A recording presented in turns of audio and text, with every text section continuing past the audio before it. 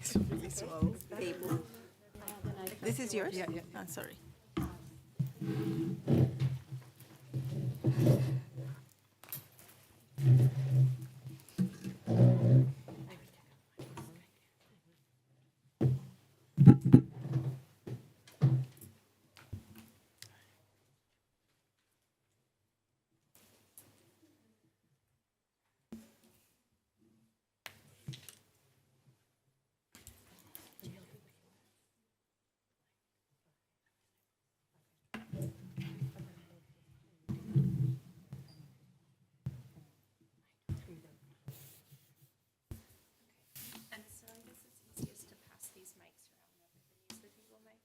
Okay.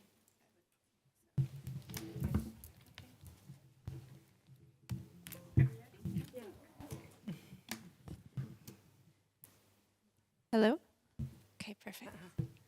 Okay, hi everyone, and welcome to this session at the Bonn Climate Conference, Leveraging the Power of Forests and Trees for Climate Change Adaptation of the Most Vulnerable.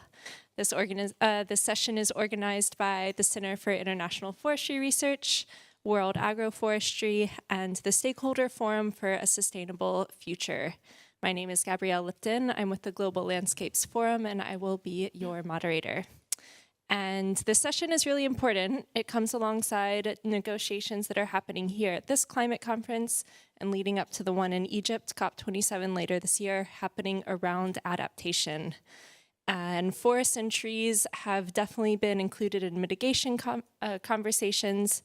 They've solidified their role as strong climate change mitigators, but they're often overlooked as tools to adapt to climate change and to build resilience to it. So this is a very important session. We're going to be hearing some great insights from a panel of experts.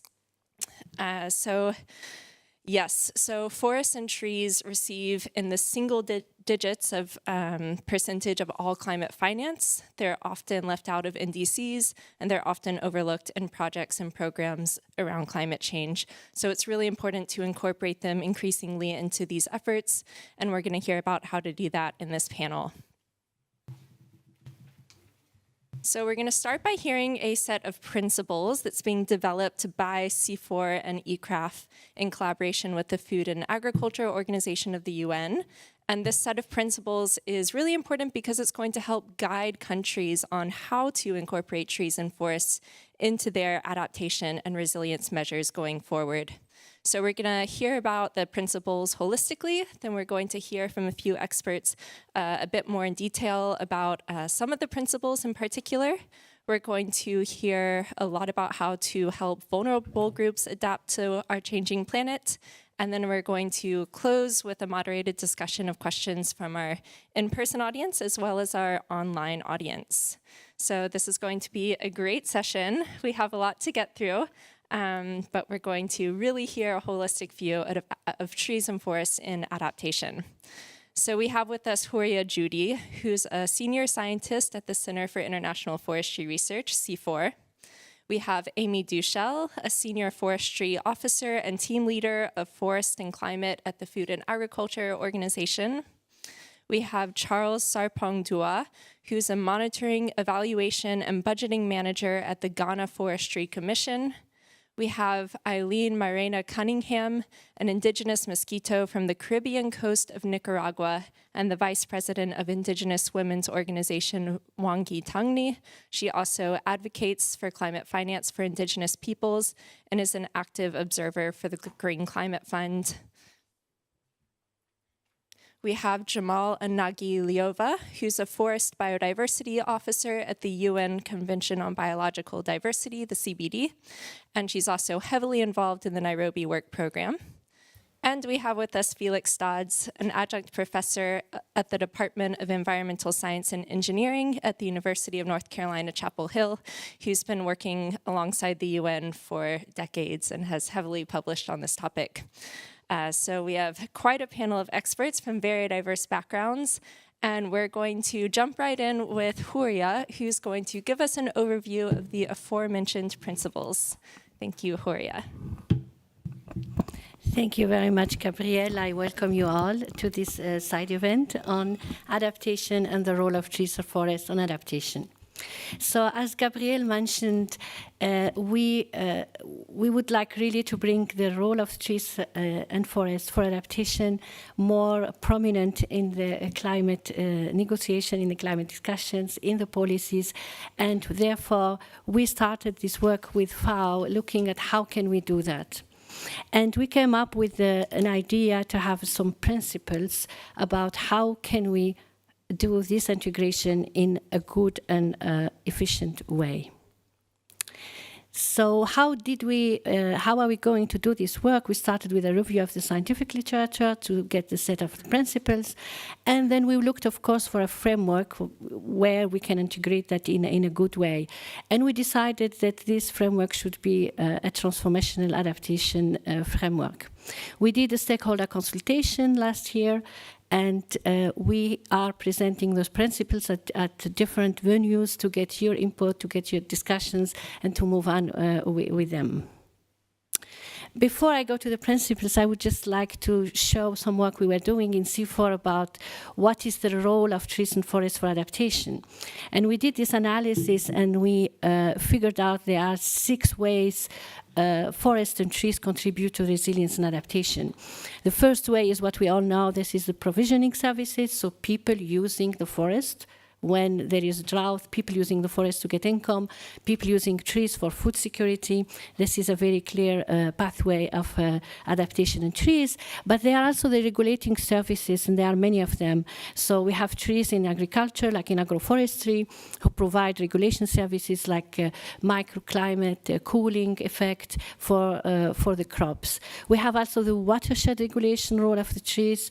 We have the coastal protection of the trees. A lot of you, I guess, know the mangroves and their roles in protecting coastal areas.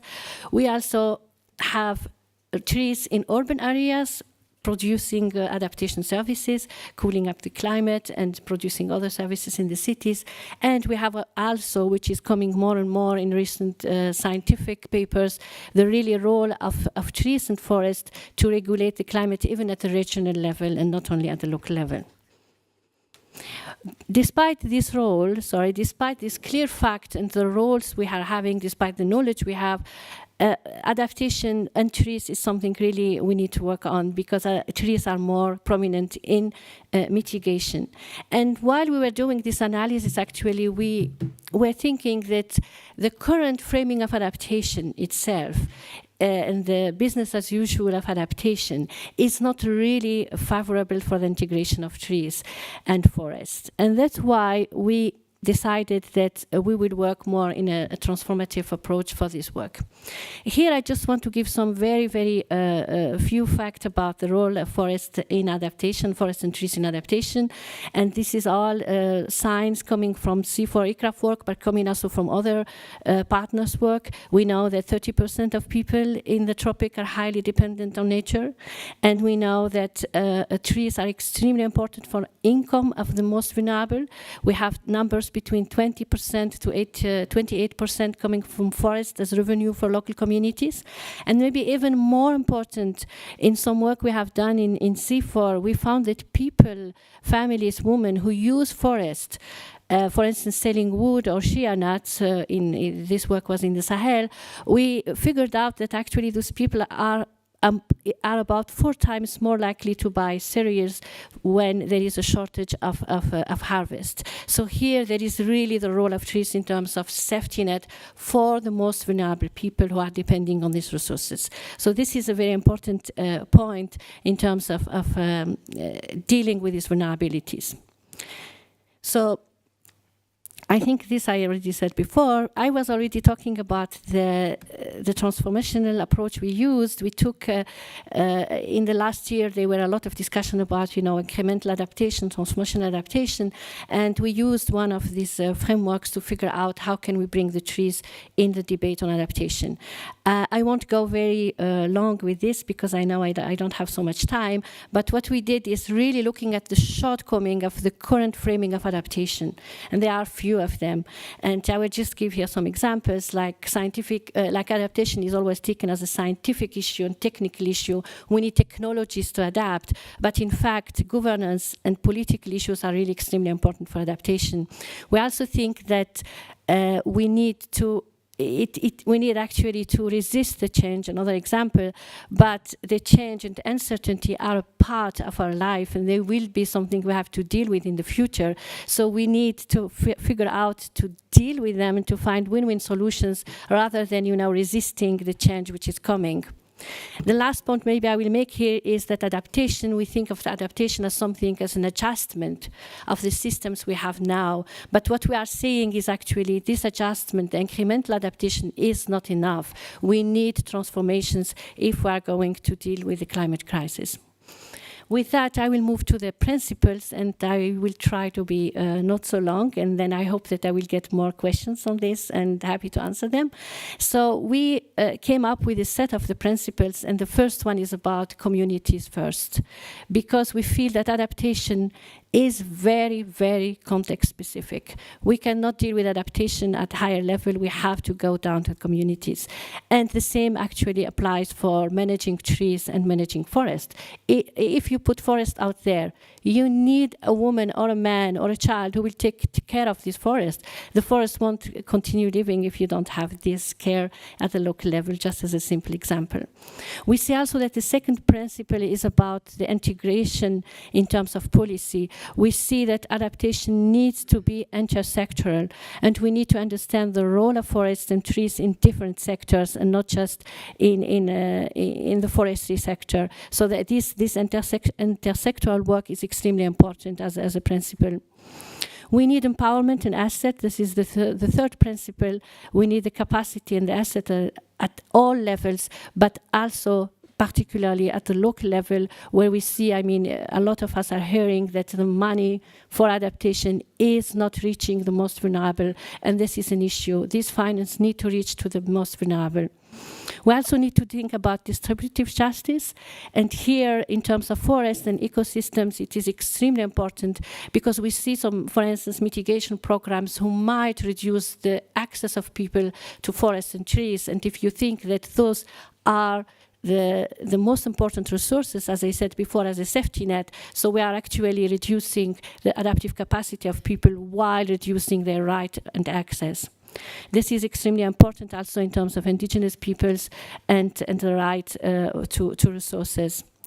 Biodiversity, this is an extremely important point. Biodiversity is a key for resilience. A lot of us will know that biodiverse ecosystems are actually more resilient than, for instance, monoculture. It's a very clear point, but it is still not enough integrated in the adaptation agenda, and we need really to move this principle. Is extremely important. The biodiversity itself, it's something interesting because we think about biodiversity only of ecosystems, but the biodiversity of ecosystems is also translated in the diversity of actors using a biodiverse ecosystem.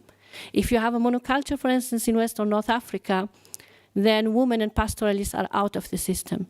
If you have a system where you have different trees, different adaptation services, you will have different social group using your system. When we reduce biodiversity, we are excluding people out of the system. This is extremely important, and this will reduce their capacity to adapt to climate change.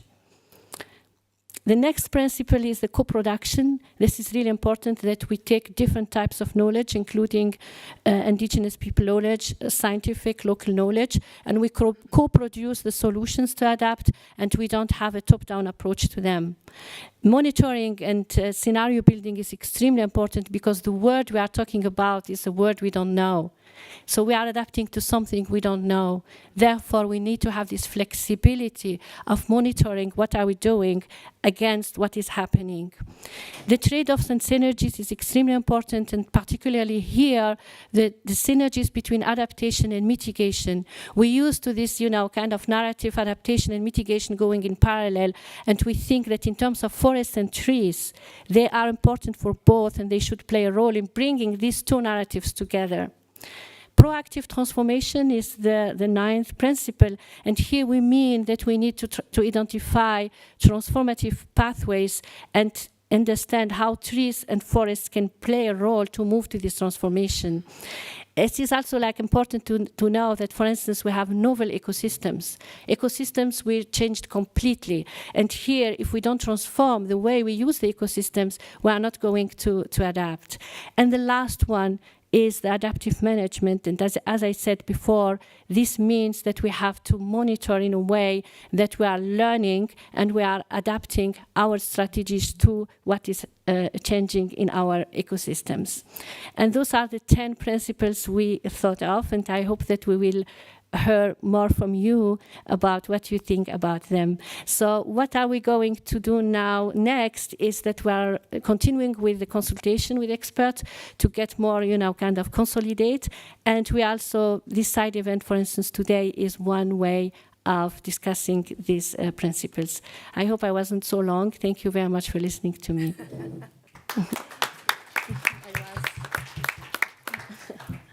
Thank you so much, Houria, and thank you for your work putting together these incredible principles. And we're going to hear about the policy and the finance and the justice aspects a bit more in this conversation, but I just wanted to highlight something that you pointed out, which is that trees and forests aren't just a luxury, but we are dependent on them, and they are also dependent on us for their survival. And that relationship going forward is going to have to look quite different than it does now, and that's just going back to that change that we have to prepare for and preparing for the unknown. So now we're going to move to Amy Duchelle, who has worked heavily in mitigation before and is now focusing on adaptation. So she's going to speak about the relationship a bit between adaptation and mitigation when it comes to forests and trees. So Amy, the floor is yours. Great. Thank you so much, Gabrielle, and thank you, Houria, for that very nice introductory presentation. I mean, I can say from the perspective of FAO that it's really a pleasure to work with CIFOR and ICRAF, who bring this very deep, applied scientific information analysis and tools, and then combine those with FAO's mandate, which is actually to help countries move forward on their national climate planning. So next.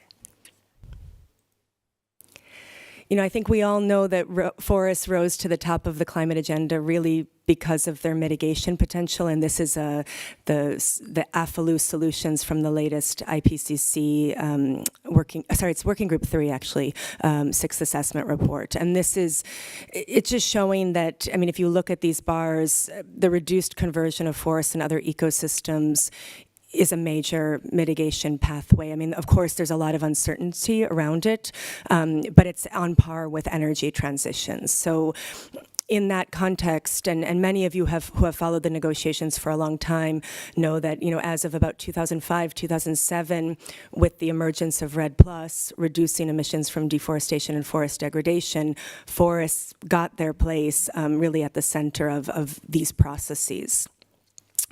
Next. But there's sort of new ways of thinking about things, and I think there's not only renewed global momentum for forests, but there's also huge momentum for adaptation, as those of us who have been participating even since last week are seeing. In Glasgow, there was the Glasgow Leaders Declaration on Forest and Land Use, where 141 countries pledged to halt and reverse deforestation, with over 20 billion USD pledged for that, including the Lowering Emissions for Accelerating Forest Finance initiative, which is really blended public and private sector finance, which is only growing, as well as specific funds targeting Indigenous peoples and local communities, and to help strengthen tenure security rights, showing really the recognition of the importance of local people's rights and livelihoods for forest-based mitigation. And then at the same time, the Adaptation Fund raised a bunch of money. There were pledges to mobilize $40 billion for adaptation by 2025.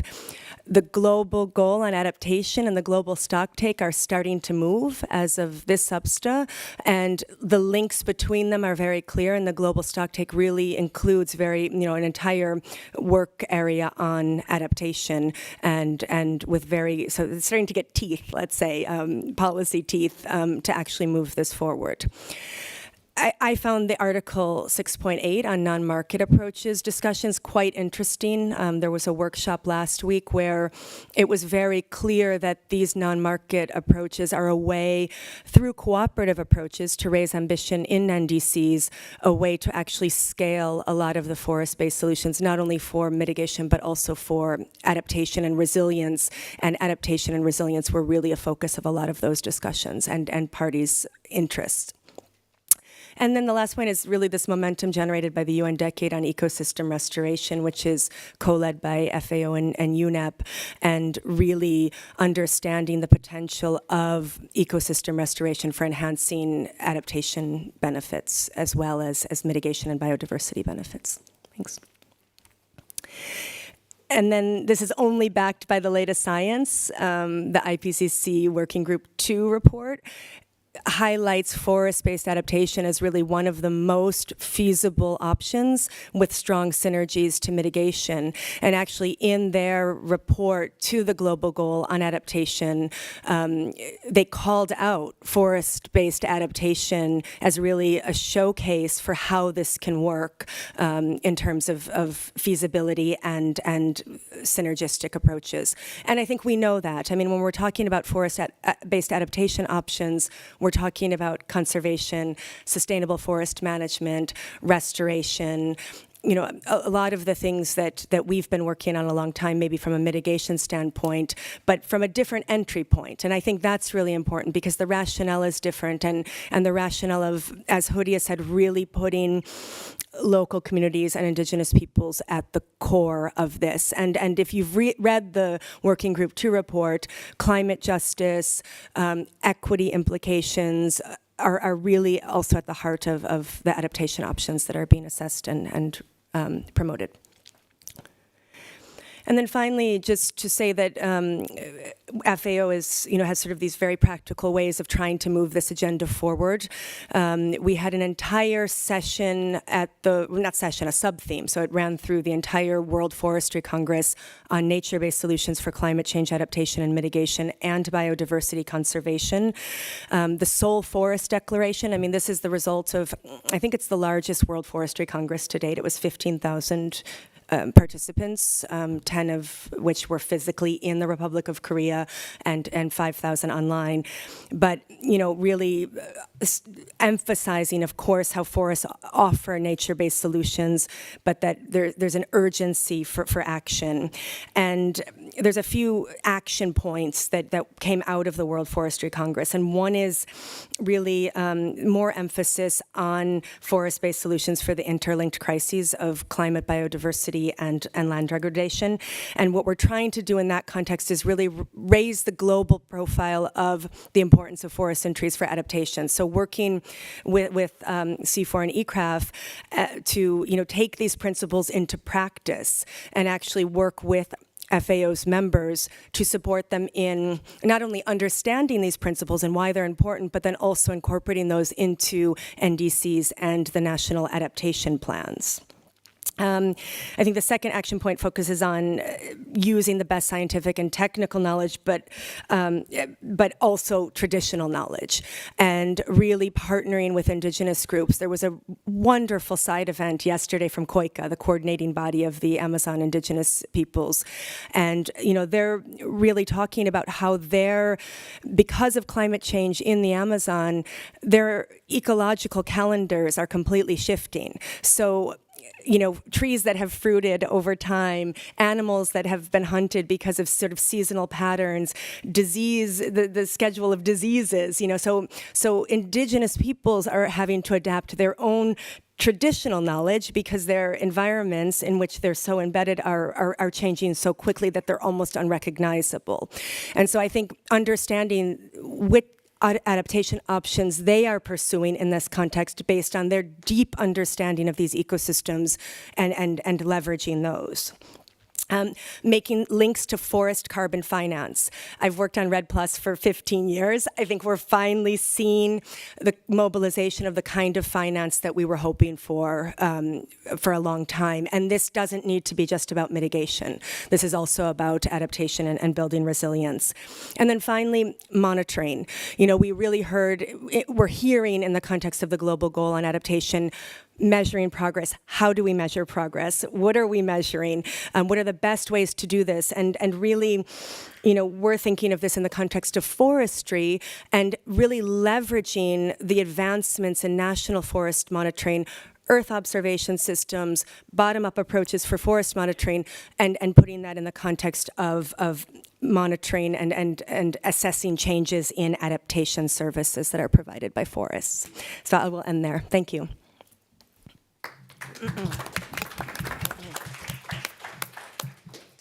Thank you, Amy, and thank you for bringing to attention the numerous efforts and agreements and pledges that are happening around this issue that makes it just so of the moment and so current. And hopefully these will be mobilizing vehicles to really make progress on this.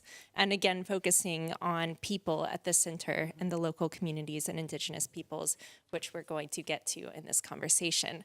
But for now, we're going to skip down the line a bit and go to Jamal Annagylyjova, who's going to speak on the intersection of biodiversity and adaptation and resilience efforts.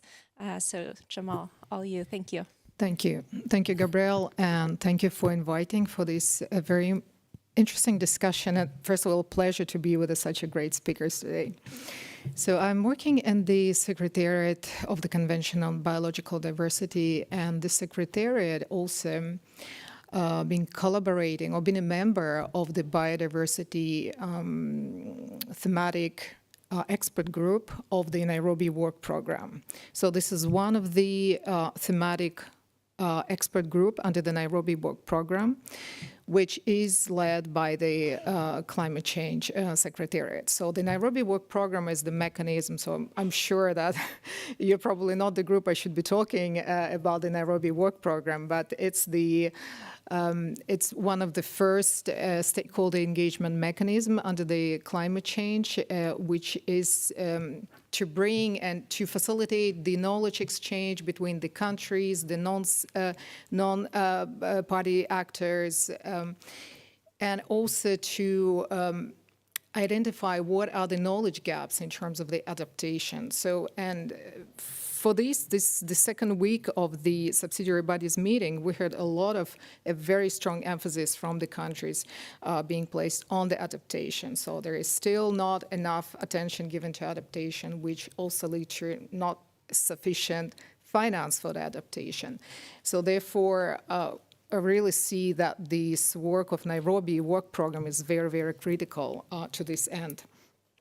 So, and Nairobi work program received the latest mandate from the UNFCCC SABSTA to work on to prioritize forest and grassland and the role of forest and grassland biodiversity in adaptation and how it could help to reduce the disaster risk. So, and that's what our expert group on biodiversity worked on for last few years, and this scoping paper was developed, which was presented to a Glasgow summit.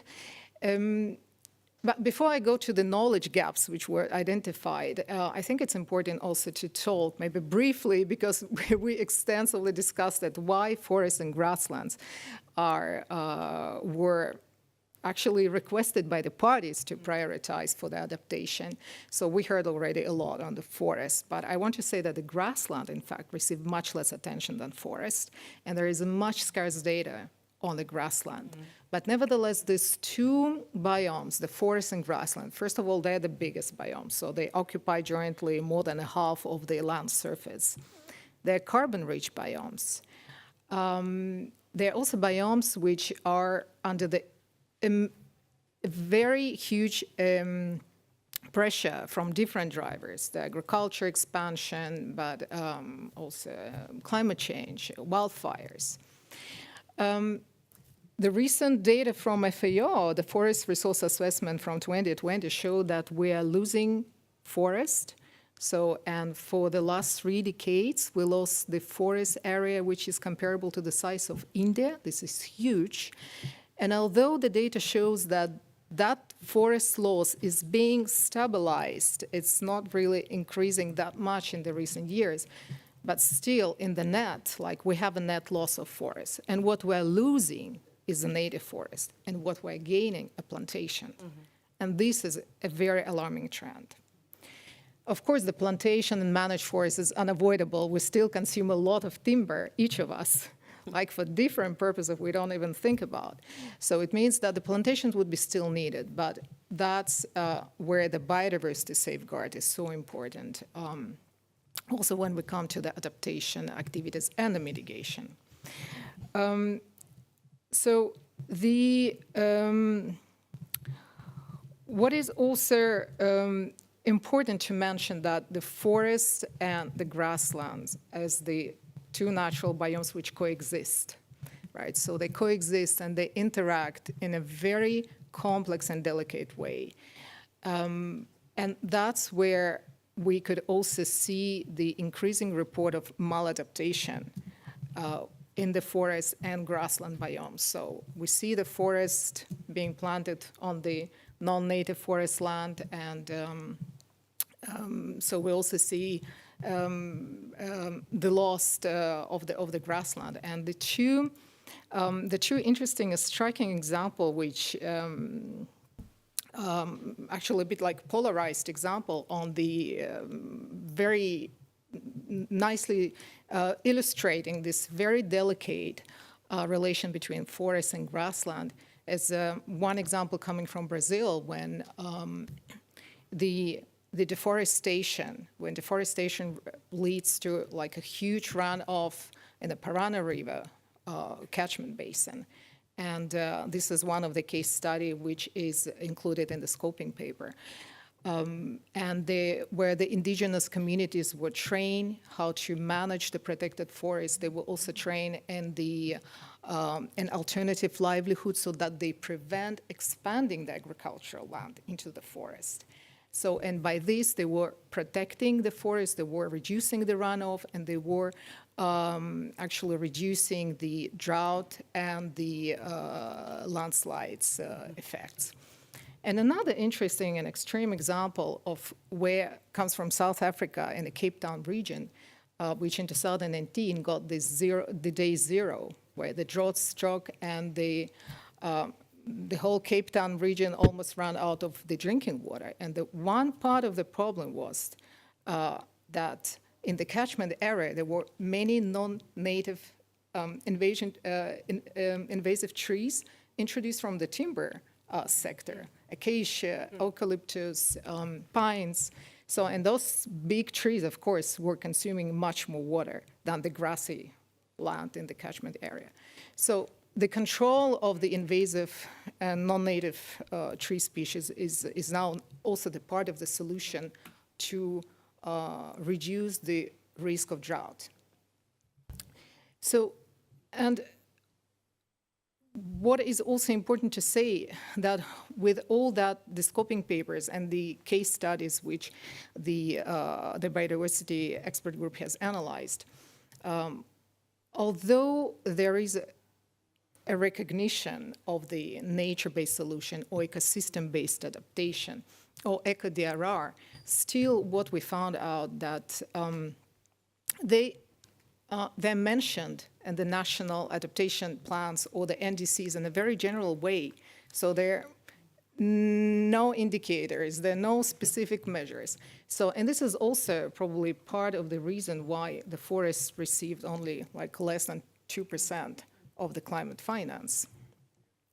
So, and that was the reason why the Nairobi Work Program and the Biodiversity Expert Group went through the case studies, went through the literature review and national adaptation plans and NDCs, and concluded with the 4 key knowledge gap areas. So the one being on the data and methods. So the countries would like to know more about how to assess the trade-off, how to assess the limits for the adaptation.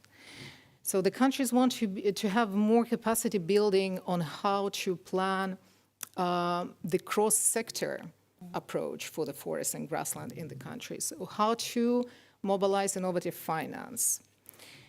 And the countries wanted to know more on how to approach the governance. So the governance was the third sector, the key, the knowledge gap. So, and the transboundary cooperation when it comes to forest and grassland was important in here. And the cross-cutting issues, and mostly on how to give the full recognition to the traditional and customary knowledge in the forest and grassland management.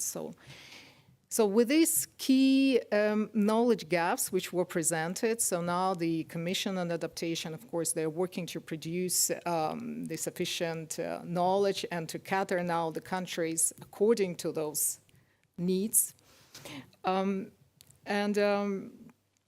I think what is also important to mention that the Nairobi Work Program is a iterative process.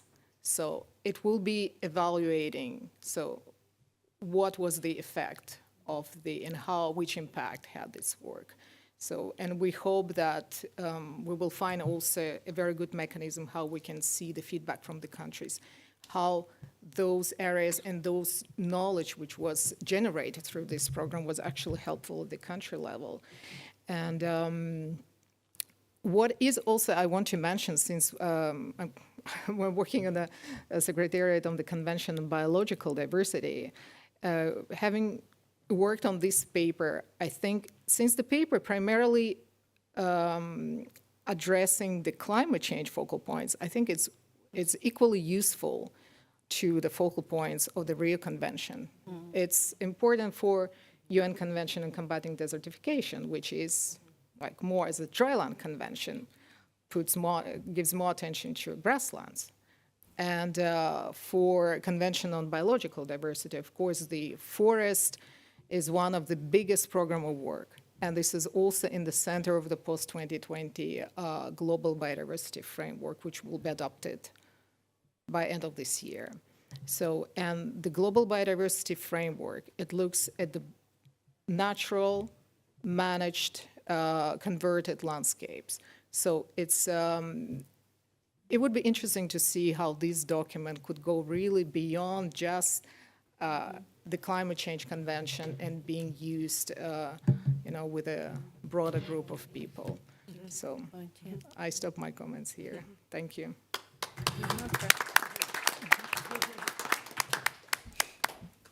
Thank you, Jamal. Thank you for giving some insight into the work of the Nairobi Work Program and some of the knowledge gaps that are being addressed there. And thank you for giving the examples of the Parana River and of Cape Town, which I think touch on some of the things we've already heard about needing to work with local communities whose landscapes are just changing beyond belief, and also making sure that we're planting the right species in the right places so we're not contributing to further disaster than we're already facing.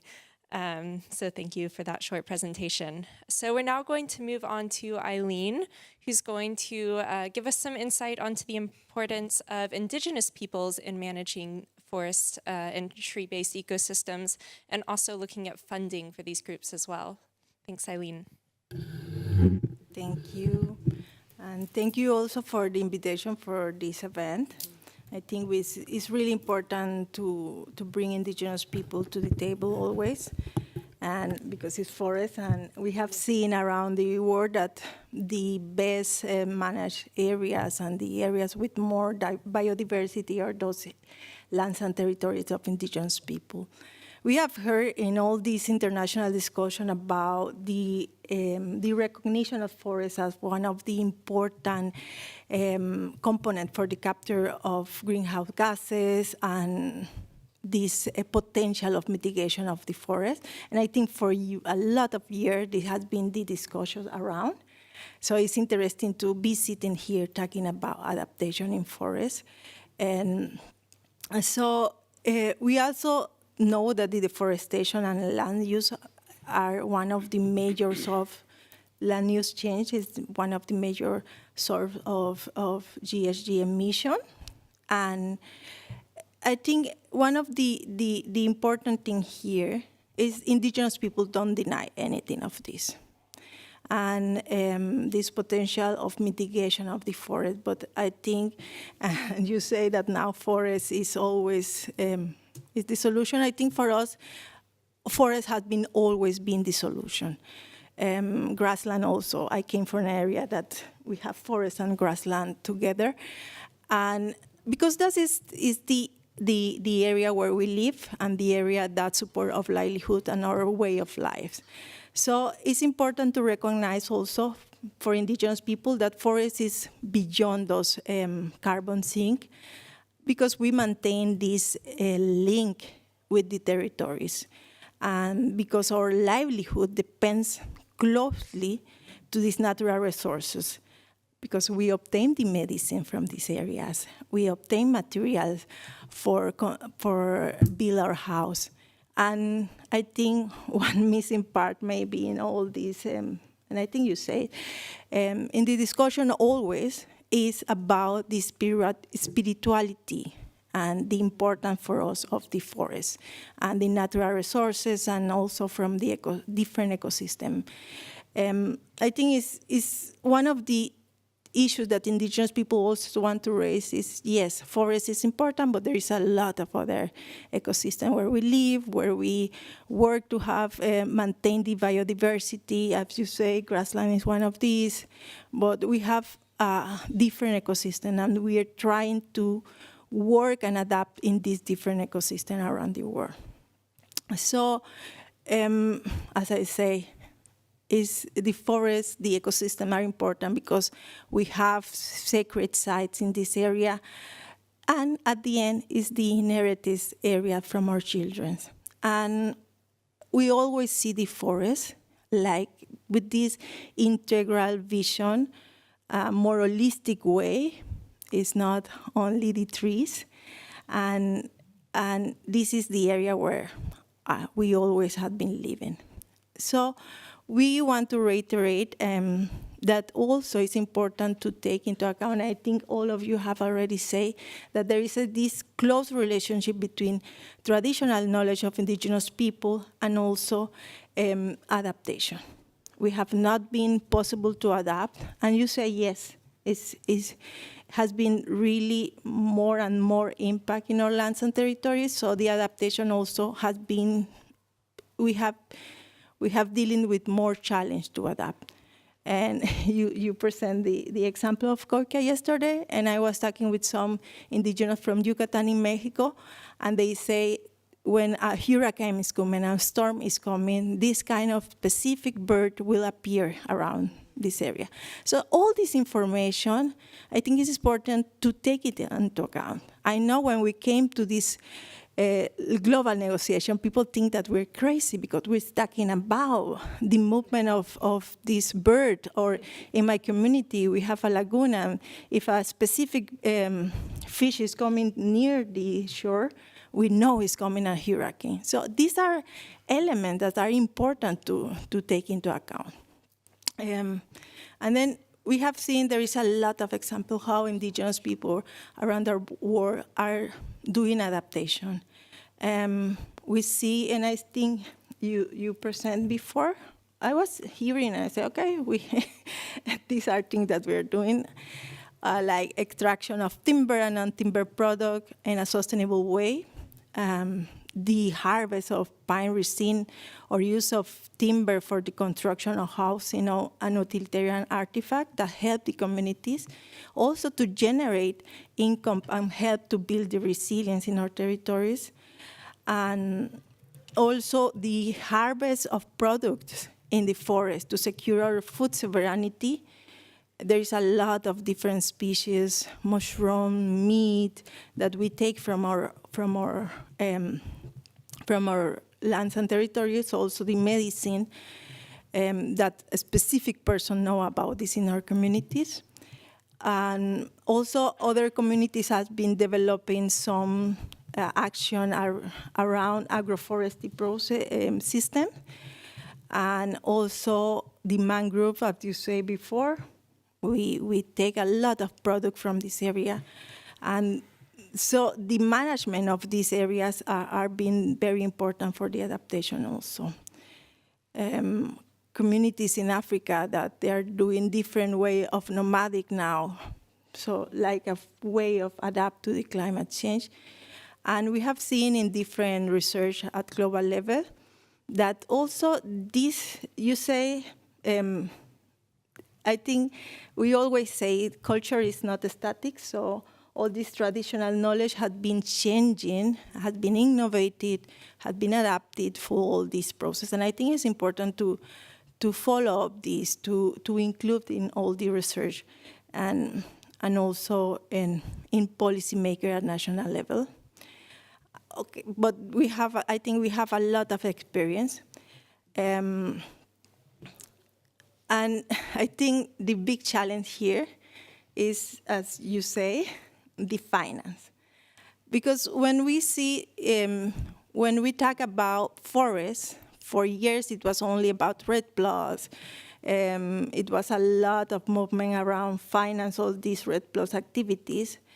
But we think that there is less finance for adaptation in forests because it's not that you don't receive the same profit like you have it for manage the in mitigation. And also I was thinking 2% for forests, but I was thinking how much of this 2% is going to indigenous people directly. So it's really a big challenge there. And sometimes the other thing that we face in challenge is that adaptation is also modeled somehow with development initiative. So sometimes they say this is not adaptation. There is this because they don't see this relation with climate. And one of the other thing in all this process, we think that it's important to think beyond that victimize of the indigenous people or the people on the ground. Because we say, yes, our areas are poor, but we are not poor. We are the owner of all these forests, all these natural resources, or these lands. So it's a process of colonialism and also historic discrimination in our countries. So we want to go beyond that and talk about the possibility of working like partners in all this process at local level to be implementing of the process. So we consider also that to do activities in our lands territories, it's important to have a couple of basic principles. First is the recognition of our collective rights. That's important, the self-determination, the free, informed, and prior consent. And we think it's very important to work and have a particular attention to women and youth, people with disability in our community that sometimes they are not included in the process that is going on, that came from outside our lands and territories. And also, we think it's important when we talk about participation that should be active, effective. That means we should be including the decision-making of all this process. And about all, you talk about capacity building, strain this.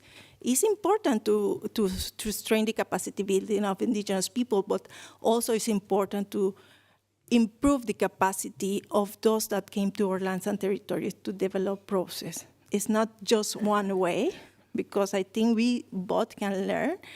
And also we were thinking about how to include the interculturality in all this process, how you understand adaptation, how I am understanding adaptation, and build a process and build a consent from this moment. Thank you.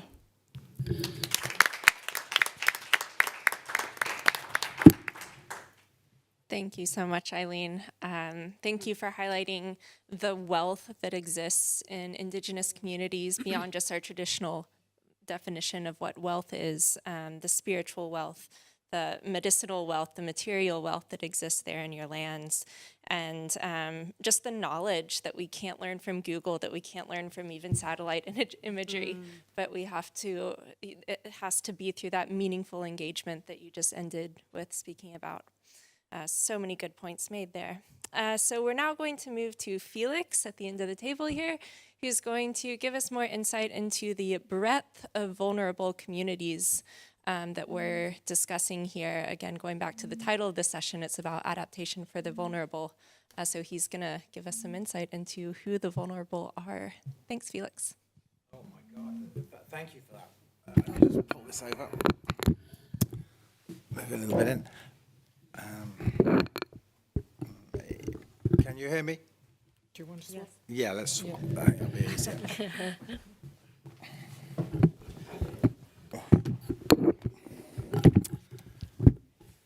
So thank you. I'm very pleased to be part of the panel today. My presentation is more at the macro level and is part of a Regeneris Disaster Risk Reduction and Resilience Belmont Forum funded project with 6 universities, Charles, including the University of Ghana. Our research focused originally on the governance of disaster risk reduction and resilience, with an emphasis on floods, droughts, and heat waves in coastal cities and islands. So slightly different than the presentations that we've seen here today. In December 2020, the UN Secretary General spoke on the state of the planet. He mentioned vulnerability 5 times in a 28-minute speech. In one of these instances, he said, as always, the impacts fall most heavily on the world's most vulnerable people. Those who have done the least to cause the problem are suffering the most. Even in the developed world, the marginalized are the first victims of disasters and the last to recover. In our work, we started to delve into the issue of a country's vulnerability and the vulnerable groups within our communities.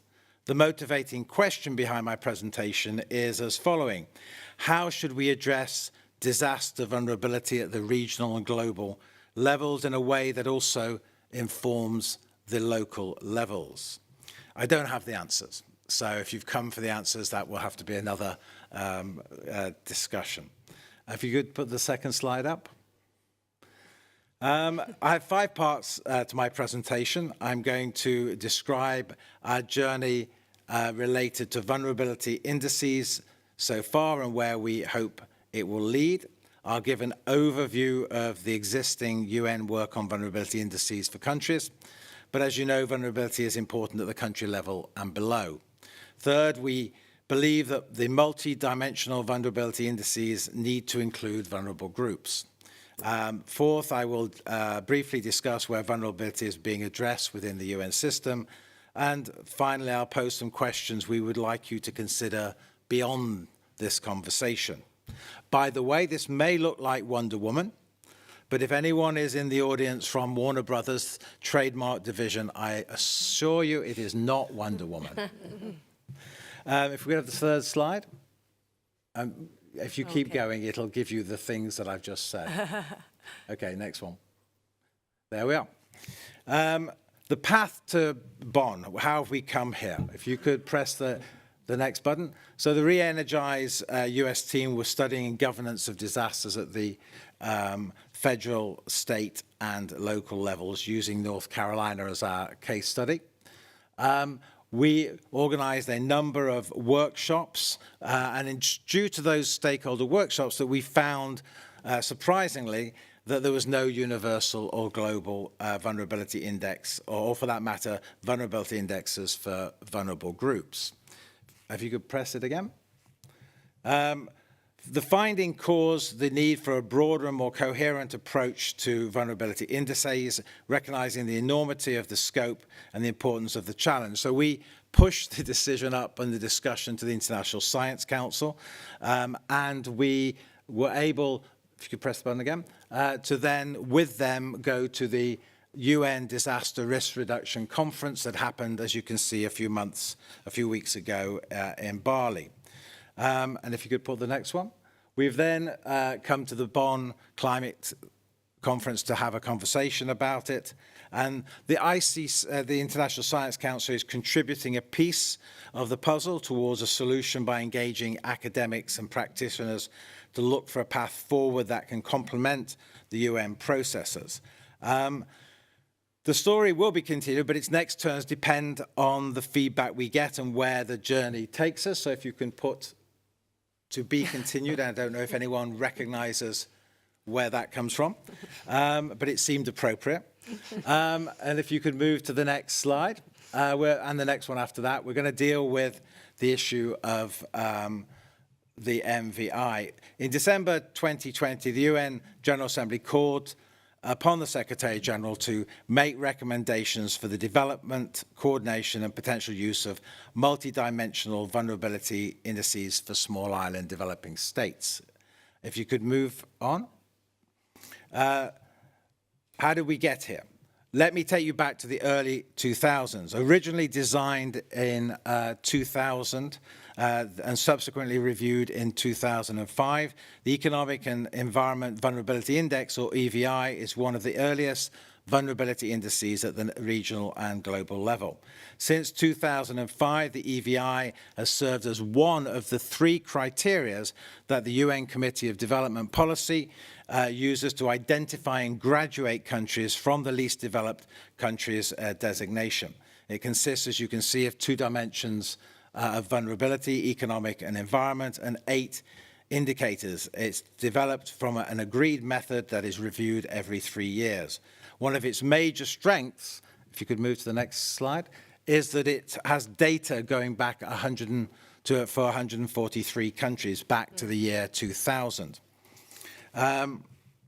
In 2021, in response to the call for a multidimensional vulnerability index for SIDS, UNDP developed an excellent report in which they proposed an expanded MVI that builds on the EVI.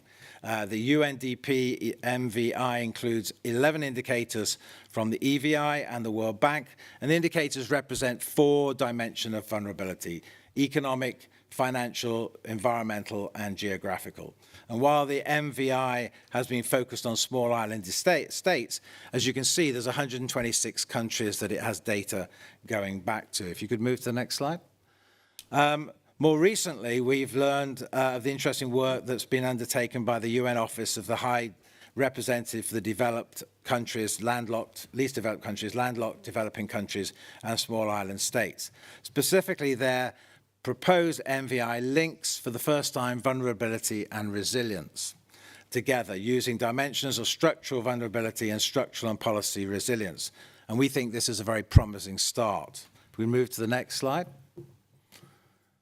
And the next one.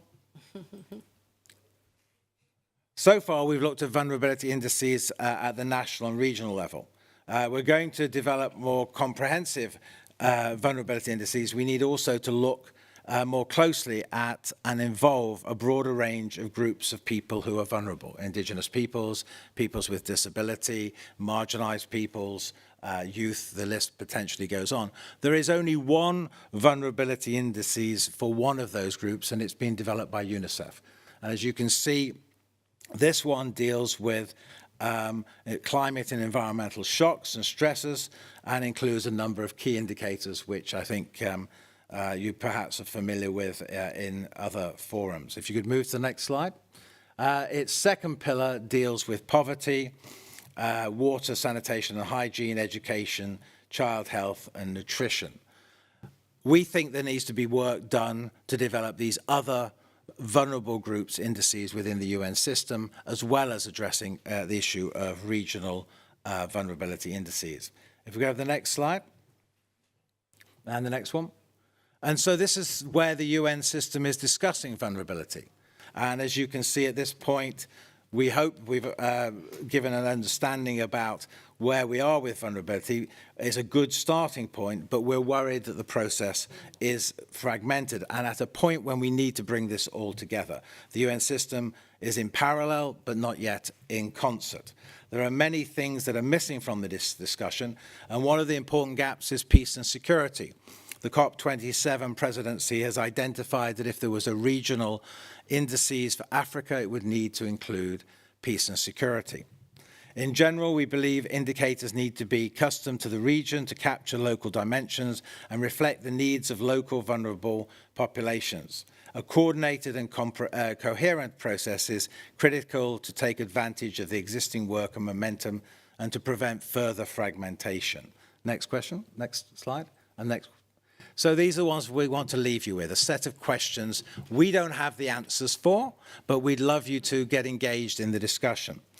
So the first one is, which dimensions of vulnerability should be considered? The second are, what data sources do we need? The third is, how can we build a benchmarking and peer review process, both within vulnerable groups and within regions and countries? How can we also learn from each other in this process? Fourth, how can we process to ensure vulnerability indices in particular groups such as UNICEF's CCRI for children are integrated into any regional or global process? How can we ensure the inclusion of all vulnerable groups? And finally, how could this process help identify policies and approaches that can build resilience in communities to support vulnerable groups in practice? Thank you.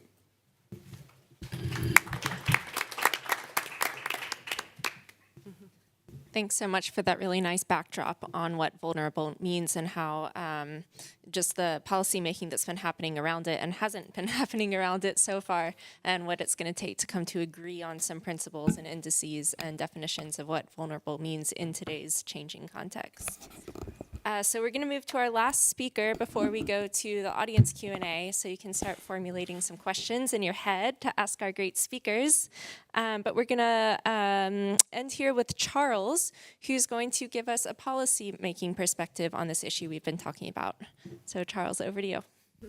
Thank you very much, and most grateful for the invitation, and we'll try our best to bring this whole discussions home. We've had quite a number of issues with respect to adaptation and how it's being taken globally. In Ghana, as we all know, is a rainforest nation, a tropical country, and we depend on the forest, as most of the presenters have mentioned, for our subsistence, food, and all that we know about livelihoods as well as environmental integrity. We accrue significant foreign exchange from timber exports as well as many more non-timber forest products. So the forest is very important and significant for us now. National forest policies focus mainly on increasing exploitation, and because of the financial gains, foreign exchange. However, our forests have been degraded with the excess harvesting, and the impact of climate change also has even worsened the situations. And the country, realizing this, the government reviewed the forest and wildlife policy, and now is accommodating contemporary global concerns and provide enabling environment for climate change mitigation and adaptation implementation. Now, one of such examples is the reducing emissions from deforestation and degradation, and all the other pluses, which includes conservation, sustainable forest management, and then carbon stocks enhancement. Now, in Ghana, we have developed a REDD+ strategy, and this REDD+ strategy is jurisdictional, which actually have prioritized jurisdictional programmatic REDD+ interventions that follow ecological boundaries and cover the entire country. 2 programs are being implemented currently, and these programs are called the Ghana Cocoa Forest REDD+ program, which focuses on, as I mentioned, jurisdictionally, the high forest zone where we have the pristine forest.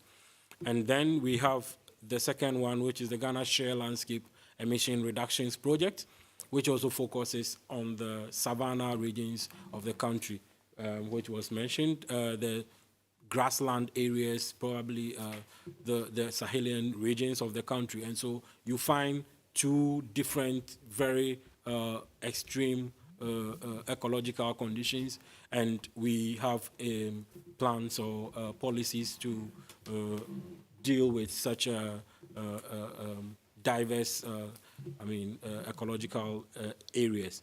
Now, the recent program which is being implemented, which I mentioned, the Ghana Share Landscape Emission Reduction Project, is being financed by the Green Climate Fund since 2021 when we started the implementation. These are the things that we are doing in this project implementation. There are 4 components, and the first one is off-reserve degraded savanna forest restored under self-financing community management. So what this is that we have reserved areas of forest that is gazetted by the government, and so those are forest reserves, and we also have community forests that the communities manage. And so in this component, we organize and empower women and men as well in the communities where we call them community resource management areas. So we have smaller areas within larger communities where we aggregate a number of communities, and we give them capacity to manage their own resources.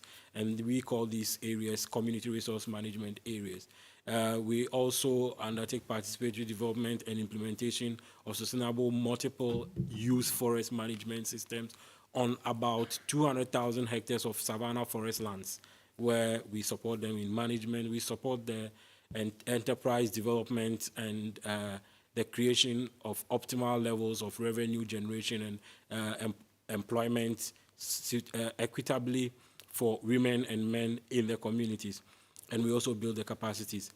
We, very importantly, also learn from the indigenous knowledge and the traditional norms of these communities to also support in the development of forests sustainably, because what we have come to realize is that managing forests from a top-down approach doesn't really work. I mean, it's very important. We have come to realize that it's very significant to do a bottom-up approach. So you involve communities, you dialogue with communities, and probably tap into their indigenous knowledge, and also provide the contemporary scientific knowledge that we have, and then we sit together and discuss how we can merge, and then we can be able to implement a better adaptation scenarios.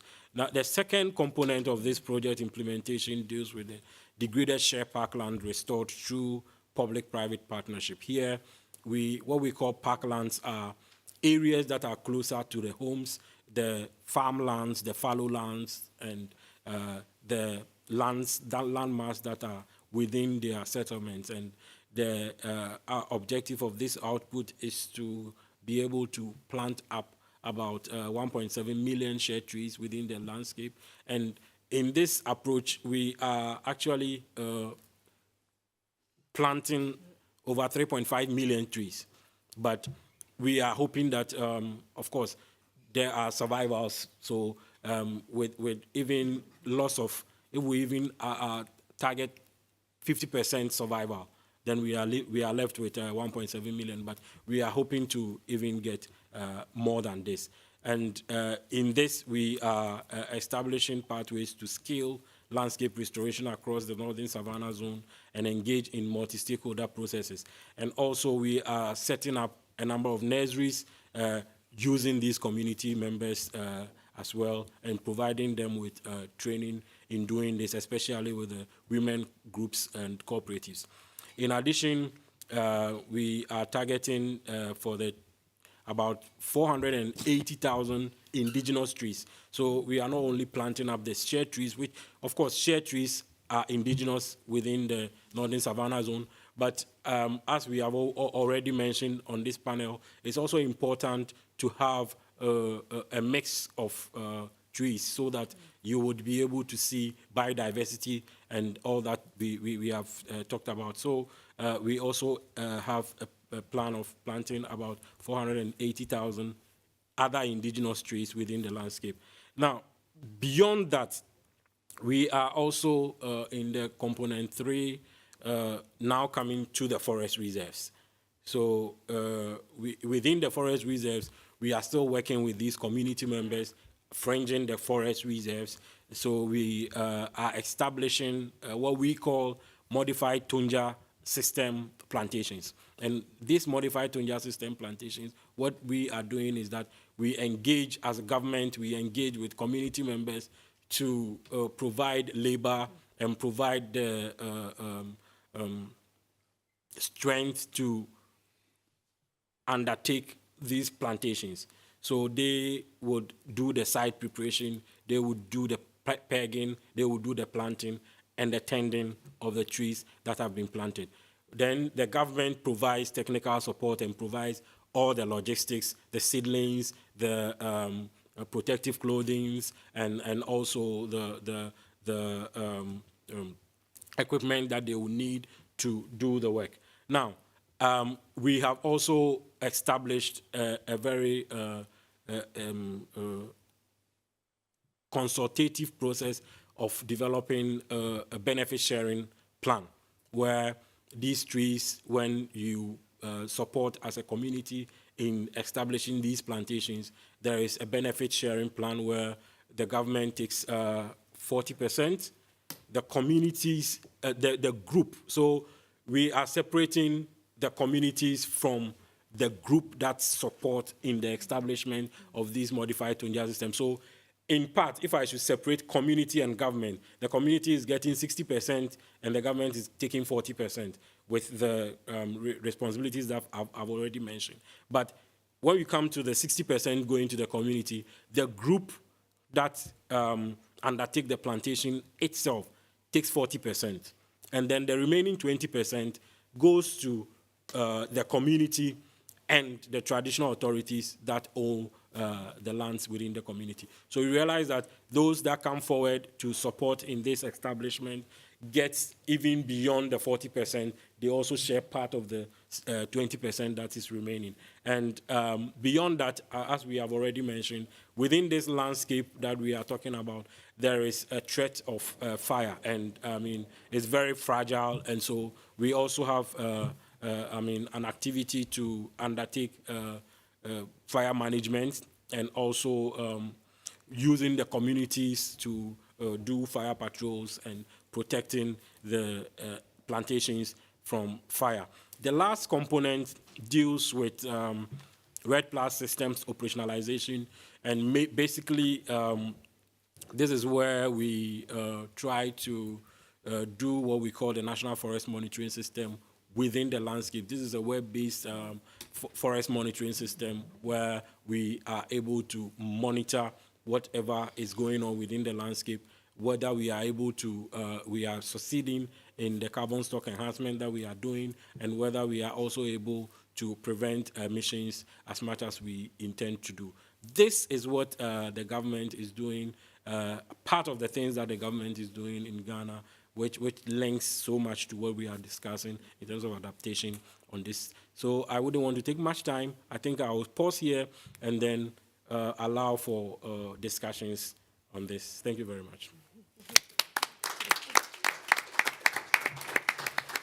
Thank you so much, Charles. Thank you for covering so much ground in such a short time about benefit sharing. You talked about community forests, grasslands, savannas, forest reserves, just so much work that the Ghanaian government is doing. It's really incredible, and I'm sure there are going to be so many questions about your work. But now we will move into that phase of the conversation. So does anyone have any questions they would like to ask to our panel speakers?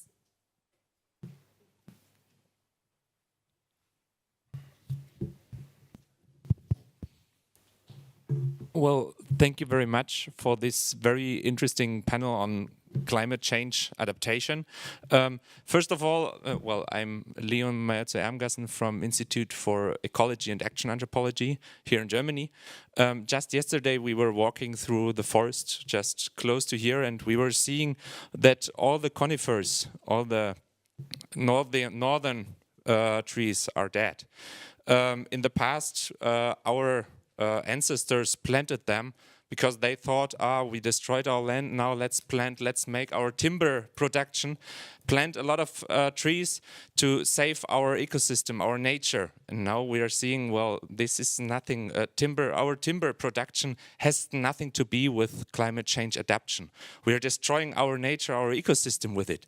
Because I think timber production, even if it's not just monocultures, are not nature, they are not ecosystems. You can't create ecosystems. Eco means living, so it's living systems. And I think we have to see it in a very, very holistic way. This is important. We can't say, well, let us save the timber and support the timber production. We will just destroy our planet. We can't see, we are seeing right now climate changes, and we want to take the solution, and we want to decide because we think, we know everything. We want to put the solution on the table and plant things. I think we need to give nature the time to breathe. Maybe coming to the discussion a little bit, we were seeing as well the planetary boundaries right now on the presentation, and I'm thinking, how can timber plantations, industrial timber plantations, be part of this solution? How can we think that we play God and just plant this plant and it will work? It will not work. We need to save the forests, the primary forests that we have, and put all the attention on this. But right now we are just continuing to deforestate and to cut down all the primary forests where, as one part as well, indigenous people are living as for generations, their ancestors are living there. And I think, who are we to discuss, to even talk about timber plantation in the climate change adaptation topic? We need the forests to breathe, and I just want to ask, how can we talk about this, and what would be the other thing? Because you were talking a lot about timber and it's good and we need to build up forests, but it's not that easy. Maybe a short answer. Thank you. For a complex topic.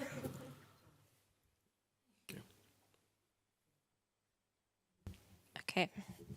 Would one of you like to discuss this? Well, I'm not sure if I can give the response to timber, but I thank you very much for this question, that it actually comes from Germany, because from German experience, because Germany is considered as a very green country, right? But we know that due to the few consecutive years of drought with Germany, and as the part of Eastern Europe was hit so severely, so we have now the forest, the German forest is dying, and this is a huge tragedy because we see in Germany, it's the cultural heritage, the cultural landscape. And all that, the conifers, which mostly Norwegian spruce, I think, which was introduced in Germany back in the 19th century as the timber production. And Germany was one of the first countries in the world, if not the first country in the world, which made this, the timber production put, as on a scientific basis. So now it's the country which suffers from the dying forest. And another, maybe I'm just adding to your question because I also researched on that. And another part of this very interesting case is that most of the forest is privately owned in Germany. And that's the case and the choice of a private owner of the forest. What I'm going to do with this drying forest? Am I going to turn it into the more like mimicking the nature? Am I going to leave the residuals, which are dried now, or I'm going to clean it off and put a new plantation, same age, same trees? So that's the big question now, actually, in Germany. And we're looking at the example of Germany, what the Germany is going to do now with its dying forest. Well, as a part of the solution, of course, what is discussed is that you need to leave some part for nature, even if you do the plantation, if you do the timber plantation. So that, like, the one of the approach which is now discussed in the global biodiversity framework is that how much land you should leave for nature. Is it 30%? But you should leave it as a pocket or you should rather, keep it more evenly distributed. So share or spare approach. So there are different technical views on that. And I think it will be very much, of course, it's a context related, but also related to our market system. And well, so I don't know, Emmy, would you like to add something from the FAO perspective on this? But thank you a lot for this question, yes. I would like to add something very quickly. I don't know if you were here when I did, when I showed the graphic how forests and trees contribute to adaptation. And you could see that they are, the provisioning services, they are the regulation services. And the provisioning services, we focused too much in the past on looking at provisioning services, looking at the forest as a place where you get some product. And I would say, and I totally understand your kind of wütend, yeah, in German. I could understand that very well. And I think personally that the climate change is pushing us to think about more holistic approaches. And there is a concept maybe you would like to research. I guess you are starting maybe working on these issues. There is a new concept called adaptation services. So looking at the services in the forest, not as a provisioning services, not as regulation services, but looking at them how they contribute to societies to adapt, but how also they contribute to the adaptation of the forest itself. So maybe this is a framework you would like to look at, maybe to understand a little more where this discussion is going. Thank you. Great, thanks. We have a couple more questions. First, I'm going to go here. Hi, yes, John Colmay from GLF, the Global Landscape Forum and CIFOR-ICRAF. Wonderful panel, just really, really great insights from everyone. I have a question for Indigenous areas, Eileen. $1.7 billion committed at Glasgow. Now, let's not go into when those commitments are ever going to be realized, but how should that money be spent in Indigenous areas as opposed to how it was in the past? What do we have to do differently? That's one question. Second question is CIFOR-ICRAF and many research institutes, we're talking about co-production now because we don't have time for 10-year research projects, working with local groups that know local areas. What are the dangers in that of co-production? What do we need to be careful when we go and do, what do we have to do differently? Is that clear enough? When we start to research, and we're doing, it's really more applied research, very quick, but working with, maybe you'd have a better way of asking that question. As we do this, how can we get the greatest impact, I guess would be a good positive way. Yeah. And as a researcher. Yeah, I'm also a researcher. Yeah, I think this pledge around the 1.7 billion, okay, it's very difficult, and we are, since the pledge came, we have been discussing about this in the Indigenous People Caucus, in other spaces also. One of the things that we always raise in the different issues about climate finance is direct access to the fund.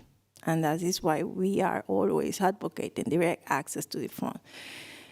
I think the challenge with this 1.7 billion, one is we already know that this is not like a 1.7 billion that is coming to a common budget. It's different organizations, states that have this 1.7 in small, how do you say it, small parts.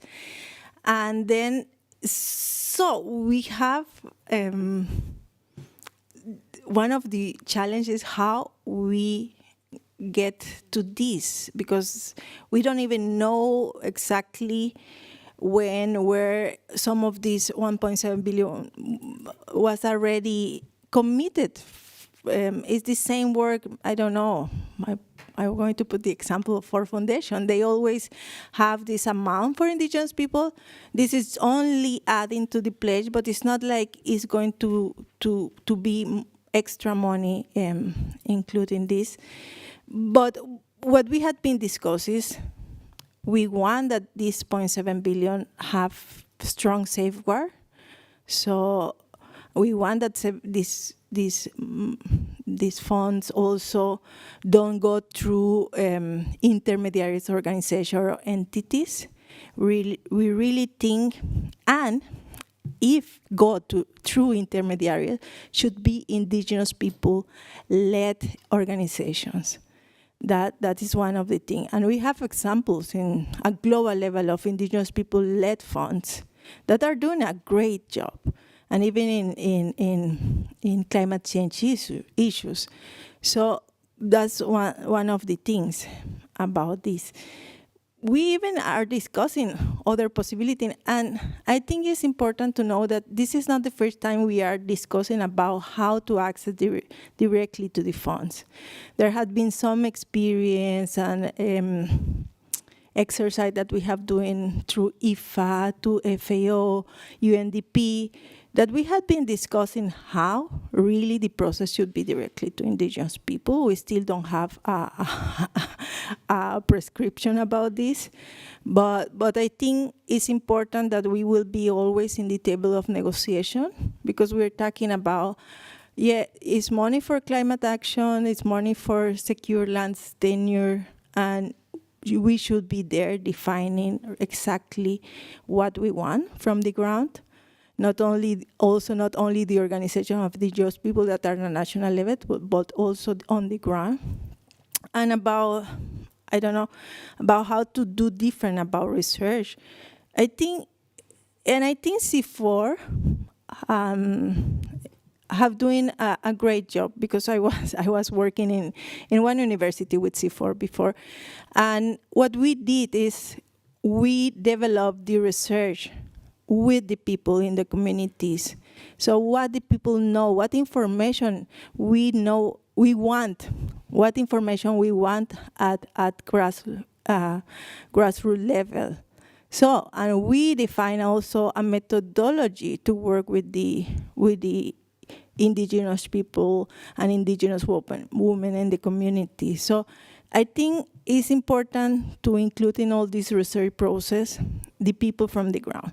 We are doing research, and I always complain because we are doing research, and our research, because it doesn't came from CGR or CIFOR or ICRAF, well, it's not taken into account in the policy making. But I think there is a lot of information, but I think that example of that we work with CIFOR to have a more inclusive process in the management of forests in Nicaragua and Uganda, well, that was a very good example, because we defined the methodology with the people in the communities, and it was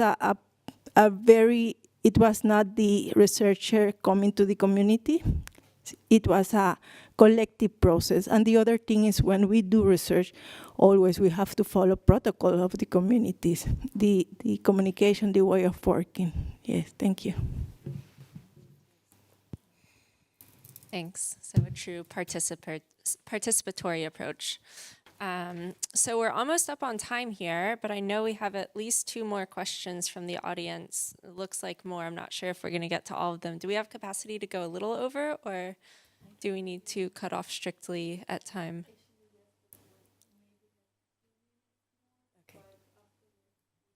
Okay. Maybe collect all the questions, and then we could see. Yeah.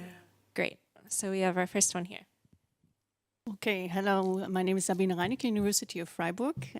Nice to see you. One congratulation. I think this is the most diverse panel coming from a research perspective that I've seen lately. And maybe to cut things short, from the observation that I made, what you shared, your experience and so forth, I feel the title should actually read the last 4 words, by the most vulnerable. And it's an observation that came to me also when the distinguished guests from the different countries spoke. Ghana being with REDD+ just at the, let me put it nicely, strategic development level, But when you look at what you do in terms of restoration and planting trees, you just do it, and you do it with the people. So you're much more progress there with something that's rather new on your agenda compared to a RED Plus project that we're stuck with already 15 years, and some scientists say it's a lame duck.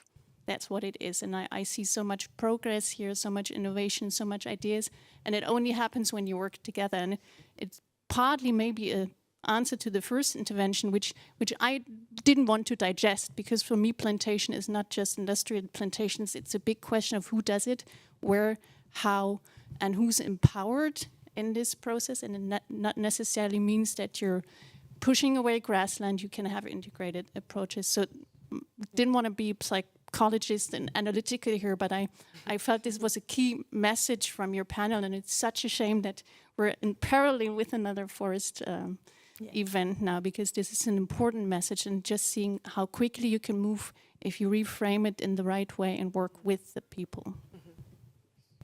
Thank you, Sabine. So we'll go to our next question back here. Marcelo from the Secretariat. And yes, I support different groups, but also the Resilience Frontiers initiative of the UNFCCC since its inception.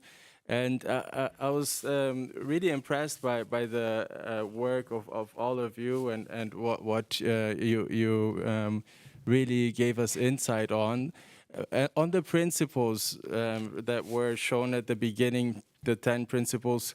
Is there a foresight component? Because it was mentioned that adapt to the unknown. Then there was one principle on proactive. If you could elaborate a little bit more on the proactive principle, maybe it already touches upon some foresight thinking. If not, I think that component would be interesting to include, particularly talking about adaptation. And then I have a couple more questions, but due to time, I'll leave it at that. Thanks. Thanks, Marcelo. So asking about foresight in the principles. Any other questions for now? No, so we'll put that last question. Maybe we have... okay. So perhaps we can continue that discussion after the session. We also had a lot of questions come in on social media, which we didn't get time to answer either, but perhaps I can put those forward to the speakers and connect you with the people who asked them, because we did have quite an engaged digital audience for this event, which was great.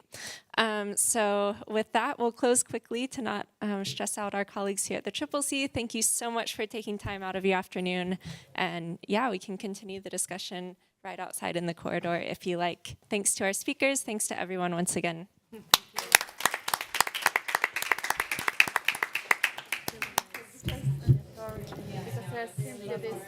you. Thank you. So you must have worked with Ann Larson then. Yeah, when you said Nicaragua that Uganda, I thought, okay, this has to be Ann Larson. Yeah, I worked for years with Ann. That's great. I was in one of the